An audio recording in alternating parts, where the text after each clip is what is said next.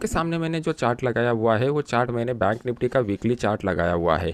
जब भी आप चार्ट का एनालिसिस करते हो तो मंथली, वीकली और डेली ये लॉन्गर टाइम फ्रेम हम जो भी एनालिसिस करते हैं इसमें हम लोग ये देखने की कोशिश करते हैं कि बड़े प्लेयर कहाँ पे जाके एक बड़े क्वांटिटी के साथ बड़ा पोजीशन उठा सकते हैं। जब हम लोगों को ये लेवल इस चार्ट के ऊपर पता चलेंगे, बस उसी लेवल को हम लोगों को क्या करना है, इंट्राडे के चार्ट में रिप्लिकेट करके ट्रेड करना है। सबसे पहले हम लोगों को ये समझना पड़ेगा कि अभी ये जो वीक क्लोज हुआ है ये वीक में खाली 3 दिन ट्रेड हुआ था।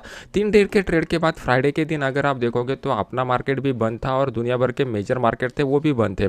तो यहाँ पर हम लोगों को जो एक्टिविटी देखने को मिली है as compare to the other week, यहाँ पर एक्टिविटी कम हुई है। मतलब ये जो कैंडल है इस कैंडल के ब्रेकआउट में ही हम लोग लेस इंपॉर्टेंट देंगे। इस लेस इंपॉर्टेंट क्यों देंगे? क्योंकि कम से कम लोगों ने यहाँ पे कम टाइम के लिए पार्टिसिपेट किया हुआ है और उसकी वजह से जो एनालिसिस आएगा वो एनालिसिस में हम लोगों को करेक्ट पिक्चर नहीं मिलेगा। ये जो पॉइंट है इस पॉइंट को आप नोट डाउन करके रखिए कि अगर ज़्यादा हॉलीडेज मार्केट में आते हैं तो वो ज़्यादा हॉलीडेज की वजह से वहाँ पे आपको ओपन इंटरेस्ट का डेटा कम बिल्टअप हुआ दिखाई देता है, वॉल्यूम भी वहाँ पर कम होता है। तो इस केस में मार्केट में नेक्स्ट वीक जब आता है तो नेक्स्ट वीक में हम लोगों को अच्छा खासा मोमेंटम देखने को मिलता है। अगर आप पुराने वाले हिस्टोरिकल चार्ट को देखोगे तो आपको पता चलेगा कि जब भी मार्केट में बड़े हॉलीडेज आते हैं, ज़्यादा हॉलीडेज आते हैं, तो उसके नेक्स्ट वीक में हम लोगों को एक अच्छा खासा मोमेंटम देखने को मिलता है। तो इस नेक्स्ट मोमेंटम के लिए हमें तैयार रहना है। तो ये पहला कंक्लूजन हम लोगों को मिल गया। अभी नेक्स्ट कंक्लूजन क्या है कि हम लोग क्या करते हैं, एनालिसिस क्यों करते हैं। बहुत सारे लोगों का ये मानना रहता है कि एनालिसिस करने से हम लोग क्या है वो फ्यूचर के बारे में प्रिडिक्ट कर सकते हो। अभी ये फ्यूचर को अगर आपको प्रिडिक्ट करना है तो सबसे पहले आपको पास्ट मोमेंटम को देखना पड़ेगा कि पास्ट में क्या हुआ है, फिर नाउ मोमेंटम के साथ उसको क्लब करना पड़ेगा कि नाउ में मार्केट का साइकोलॉजी क्या बता रहा है। अभी पास्ट मोमेंटम में अगर अपसाइड का मोमेंटम हुआ है तो इस अपसाइड के मोमेंटम के बाद नाउ मोमेंटम में भी हम लोगों को ऐसा देखना चाहिए कि यहाँ पर बायर लोग अपने पोजीशन इनिशिएट कर रहे हैं। तो ये हमें कैसे पता चलेगा? तो यहाँ पर हम लोग सिंगल कैंडल का एनालिसिस करेंगे कि सिंगल कैंडल हम लोगों को क्या बता रही है, और पास्ट के मोमेंटम को जज करने के लिए हम लोग मल्टीपल कैंडल का एनालिसिस करेंगे। तो इस मल्टीपल कैंडल के एनालिसिस से हम लोगों को ओवरऑल पिक्चर समझ में आ जाएगा। अगर हम लोग एक सिंगल कैंडल का एनालिसिस करते हैं तो यहाँ पर सिर्फ तीन ट्रेडिंग सेशन थे। इस 3 ट्रेडिंग सेशन की वजह से ये कैंडल बना हुआ है, तो इसको हम लोग ज़्यादा इंपॉर्टेंस नहीं देंगे। 3 ट्रेडिंग सेशन ने मार्केट ने यहाँ पर अपसाइड का क्लोजिंग दिया हुआ है, लेकिन यह अपसाइड के क्लोजिंग में ओपन इंटरेस्ट और वॉल्यूम का दोनों का डेटा कम है। तो यहाँ पर अगर ब्रेकआउट भी मिलेगा तो इसको इंपॉर्टेंस नहीं देंगे। नेक्स्ट अगर हम लोग मल्टीपल कैंडल का एनालिसिस करते हैं तो ये मल्टीपल कैंडल में आपको दिखाई देता है कि मार्केट जो था ये एक अपसाइड के मोमेंटम में था। अपसाइड के मोमेंटम के बाद अभी मार्केट जो है वो मल्टीपल लोज बनाते हुए नीचे की साइड जा रहा है और यहाँ पर एक रिट्रेसमेंट का फेज अभी चल रहा है। ये रिट्रेसमेंट का फेज कब क्लोज हो जाएगा? जब मार्केट 42,000 लेवल के ऊपर क्लोजिंग दे देगा एक वीकली चार्ट के ऊपर, तब हम लोगों को समझ में आ जाएगा कि ये रिट्रेसमेंट का फेज क्लोज होकर मार्केट में अपसाइड का मोमेंटम पकड़ लिया है। अभी बहुत सारे लोगों को पिछले 2 वीक का मोमेंटम देख के ऐसा लग रहा रहेगा कि मार्केट में अपसाइड का रैली स्टार्ट हो चुका है। तो प्राइस एक्शन के हिसाब से अभी भी अपसाइड का रैली स्टार्ट नहीं हुआ है, अभी भी डाउन साइड के मोमेंटम में रिट्रेसमेंट का फेज चल रहा है। जब तक आपको मार्केट के फेजेस समझ में नहीं आएंगे तब तक आप इन्वेस्टमेंट का या फिर ट्रेडिंग का बड़ा डिसीजन नहीं ले सकते। मार्केट में 2 टाइप के फेजेस रहते हैं। पहला फेज होता है मार्केट में एक क्लियर कट ट्रेंड रहता है और दूसरा फेज रहता है कि मार्केट रेंज बाउंड रहता है या फिर एक रिट्रेसमेंट के जोन में रहता है। अगर हम लोगों को रिट्रेसमेंट का जोन मिल जाता है, जैसे कि इस तरीके का जोन मिल रहा है, तो यहाँ पे हम लोगों को मार्केट में ऊपर की साइड में सेल का अपॉर्चुनिटी इस जोन में मिलने की प्रोबेबिलिटी रहेगी। मार्केट अगर रेंज बाउंड जोन में रहता है तो ये क्लियरली मार्केट जो है वो राइटर लोगों का मार्केट रहता है। बीइंग एज ऑप्शन बायर हम लोगों को इस मार्केट से दूर रहना है। और जब भी मार्केट में ट्रेंडी फेज रहता है तो ट्रेंडी फेज में क्या होता है, जनरली जो ऑप्शन बायर है, ऑप्शन बायर को अच्छा खासा मोमेंटम मिल जाता है और वहां पर पैसा बन जाता है। बहुत सारे लोगों ने ये देखा रहेगा कि मान लो को मॉर्निंग सेशन में अगर हम लोग किसी स्टॉक को बाय करते हो तो आफ्टरनून में वो ऊपर रहता है। अगर आफ्टरनून में बाय रहते हैं तो बाय करते हैं तो क्लोजिंग के टाइम पे वो स्टॉक ऊपर रहता है। अगर क्लोजिंग में बाय करते हैं तो वो नेक्स्ट डे जब वो मार्केट ओपन होता है तो और ऊपर खुलता है। ये मार्केट का सबसे सुनहरा दौर होता है, जैसे कि 2020 के कोरोना क्रैश के बाद हुआ था। मार्केट में आप कभी भी बाय करो, आप लोगों को वहां पर शू स्टॉक में पैसा मिल जाता था, लेकिन अभी उस तरीके का मार्केट नहीं है। इस रियलिटी को आपको एक्सेप्ट करना पड़ेगा। आपका पोर्टफोलियो अगर कम से कम डाउन हुआ है या फिर आप ब्रेक इवन पर हो या फिर एकदम छोटे लॉस के साथ हो, तो ही आप में स्किल है, ये आप समझ लीजिए। आप में कितने स्किल है ये आपका पोर्टफोलियो बता दे। इंपॉर्टेंट क्या है कि मार्केट में यहाँ पे ट्रेंड लाइन ड्रॉ करना पड़ेगा। तो सबसे पहला ट्रेंड लाइन निकल के आ रहा है, ये वाला ट्रेंड लाइन। इस ट्रेंड लाइन को अगर आप देखोगे तो इस ट्रेंड लाइन को मार्केट ने मल्टीपल बार टेस्ट किया हुआ है और दोबारा मार्केट इसी ट्रेंड लाइन के करीब आकर रुका हुआ है।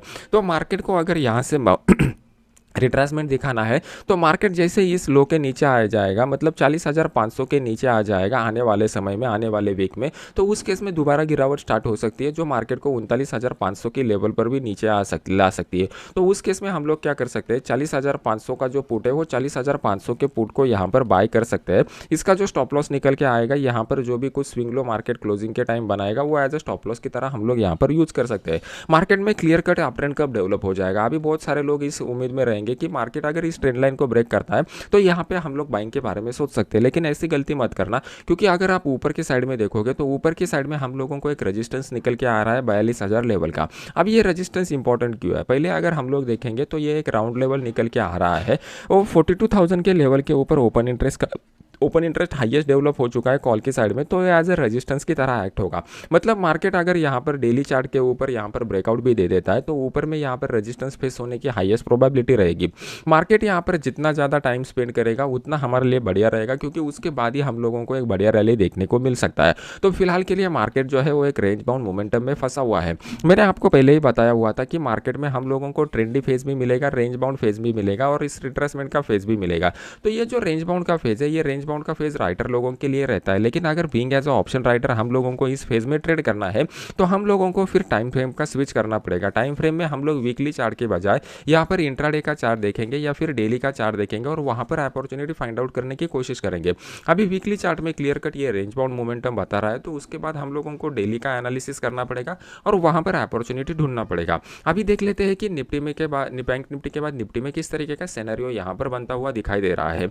निफ्टी का चार्ट मैंने आपके सामने लगाया हुआ है। यहाँ पर अगर आप देखोगे तो क्लियर कट डाउन साइड का मोमेंटम चल रहा है और नीचे के साइड में यहाँ पर जो एक सपोर्ट का जोन डेवलप हो जा रहा था, उसी सपोर्ट के जोन में मार्केट रुका हुआ है। तो 17,000 का जो लेवल है हमारे लिए बहुत ही क्रूशियल सपोर्ट का लेवल बन चुका है। मार्केट इस 17,000 के लेवल के ऊपर बाउंस बैक दिया हुआ है। तो अभी मार्केट में इंपॉर्टेंट क्या है, 17,600 के ऊपर अगर हम लोगों को क्लोजिंग मिल जाता है डेली चार्ट के ऊपर, तो यहाँ पे मार्केट 18,000 के लेवल को टच कर सकता है। आज compare to the bank Nifty में हम लोगों को अपसाइड का एक रैली देखने को मिल सकता है, क्योंकि बीच में 17,800 का जो रेजिस्टेंस लेवल है ये थोड़ा वीक है और 18,000 एक स्ट्रॉन्ग रेजिस्टेंस लेवल है, तो वहाँ तक मार्केट मोमेंटम दे सकता है। मतलब एक 500 पॉइंट का फ्री स्पेस हम लोगों को यहाँ पर निफ्टी में चार्ट में मिल रहा है, जो बैंक निफ्टी में वैसा फ्री स्पेस नहीं मिल रहा है।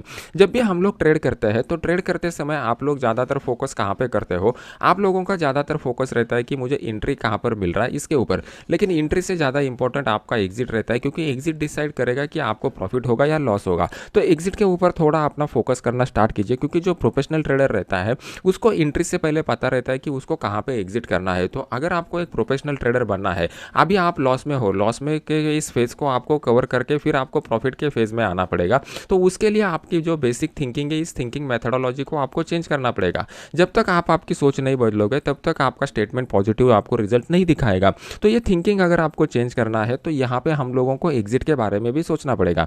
मान लो कि ये रेजिस्टेंस का लेवल है, ये रेजिस्टेंस लेवल को मार्केट ने ब्रेक कर दिया, यहाँ पे अच्छा खासा वॉल्यूम भी हो गया, यहाँ पर नीचे की साइड में ट्रैप हुए लोगों का भी ओपन इंटरेस्ट हम लोगों को मिल रहा है।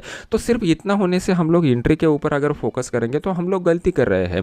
हमारे लिए इंपॉर्टेंट क्या है कि ऊपर की साइड में दोबारा रेजिस्टेंस कहाँ पे मिल रहा है ये भी देखना पड़ेगा। मार्केट में अगर यहाँ पर मोमेंटम के लिए फ्री प्रेस रहता है तो इसी फ्री प्रेस में मार्केट जो है वो अपसाइड का मोमेंटम को कंटिन्यू रख सकता है। बैंक निफ्टी में अगर आप देखोगे तो वहाँ पे अच्छा खासा रेजिस्टेंस ऊपर के साइड में बन रहा था, तो वहाँ पे वो फ्री प्रेस मार्केट को नहीं मिल रहा था, लेकिन निफ्टी में उस तरीके का फ्री स्पेस यहाँ पर अवेलेबल है, तो यहाँ पे अपसाइड के मोमेंटम की गुंजाइश है। तो हम लोगों के लिए इंपॉर्टेंट ट्रेड कब मिलेगा, जैसे ही मार्केट यहाँ पर डेली चार्ट के ऊपर एक क्लोजिंग यहाँ पर दे देगा इस ट्रेंड लाइन के ऊपर, तो 17,700 का जो कॉल है वो 17,700 के कॉल को हम लोग यहाँ पर बाय कर सकते हैं। और इसको बाय करने के बाद हमारा जो स्टॉप लॉस निकल के आएगा, यहाँ पर जो भी कुछ स्विंग लो बनाएगा मार्केट 5 मिनट या 15 मिनट चार्ट के ऊपर, वो हमारा पहला स्टॉप लॉस रहेगा। और पहला टारगेट हमारा निकल के आ रहा है 17,800 के लेवल का। अगर यहाँ पर मार्केट एक दिन के लिए कंसोलिडेट करके फिर इस लेवल को ब्रेक करता है तो नेक्स्ट टारगेट मार्केट में 18,000 के लेवल का बन जाएगा। कहाँ पे करोगे, आप लोगों को पिछले 2 वीक का मोमेंटम यहाँ पर दिखाई दे रहा है। पिछले 2 वीक में मार्केट ने पॉजिटिव मोमेंटम दिखाया हुआ है, तो आपका एक माइंडसेट बन गया कि मार्केट में अभी अपसाइड का मोमेंटम कंटिन्यू रहेगा और आप बाय के लिए ज़्यादा इंटरेस्टेड रहोगे। सबसे बड़ी गलती आप आपके सोच में करते हो, आपके सोच को बदलना पड़ेगा। मार्केट में हमेशा आपको एक न्यूट्रल माइंडसेट के साथ रहना पड़ेगा। अगर आप प्री बायस के साथ मार्केट में जाते हो, मान लो कि पिछले 2 ट्रेड आपके पॉजिटिव में गए हुए हैं और ये दोनों ट्रेड अगर आपने बाय साइड पे किए रहेंगे, तो नेक्स्ट टाइम जब तीसरा अपॉर्चुनिटी आपको यहाँ पर डेवलप हो जाता है, तो बाय डिफ़ॉल्ट आपका माइंडसेट जो रहता है वो बाय के लिए प्रोग्राम हुआ रहता है। लेकिन वहाँ पर मार्केट में जो न्यूट्रल माइंडसेट जो लोग डेवलप करते हैं, वो बाय के लिए भी तैयार रहते हैं, सेल के लिए भी तैयार रहते हैं। उनका जो फ्लेक्सिबिलिटी है, यही फ्लेक्सिबिलिटी उनको एक प्रोफेशनल ट्रेडर बना देता है। तो आपने ये मेंटल फ्लेक्सिबिलिटी को डेवलप करना पड़ेगा। अगर तो कॉन्शियसनेस का स्किल, जिसको हम लोग हिंदी में साक्षी भाव बोलते हैं, इस साक्षी भाव को अगर आप डेवलप करते हो तो उससे आपको पता चलेगा कि आप में कौन सा इमोशन अभी फिलहाल के लिए हावी है। आप में ग्रीड का इमोशन मतलब लालच का इमोशन है या फिर फियर का इमोशन है। ये दो ही इमोशन के ऊपर मार्केट चलता है। तो जब भी मार्केट में आपका ग्रीड का इमोशन रहता है, आप लोग ओवर ट्रेड करते हो। ओवर ट्रेड में आप क्या करते हो, ज़्यादा से ज़्यादा ट्रेड करने की कोशिश करते हो, क्योंकि आपको लगता है कि अपॉर्चुनिटी मिस आउट हो जाएगा। और जब आप में ग्रीड का इमोशन नहीं होता, फियर का इमोशन होता है, तो वहां पर आप लॉस बुक करना प्रेफर नहीं करते, क्योंकि आपको ऐसे लगता है कि यहां से मार्केट बाउंस बैक दे देगा। तो ये दो जो मेजर प्रॉब्लम है, ये मेजर प्रॉब्लम को अगर आपको हमेशा के लिए मिटाना है, तो आप में ये साइकोलॉजी का जो कॉन्शियसनेस का स्किल है वो डेवलप करना पड़ेगा। अदरवाइज आप कितने भी यूट्यूब के ऊपर वीडियो देख लो, कितने भी वर्कशॉप, कितने भी सेमिनार अटेंड कर लो, उससे आपको कुछ होने वाला नहीं है। आपका पैसा जाएगा और एट द एंड आपका रिजल्ट वैसे ही आएगा।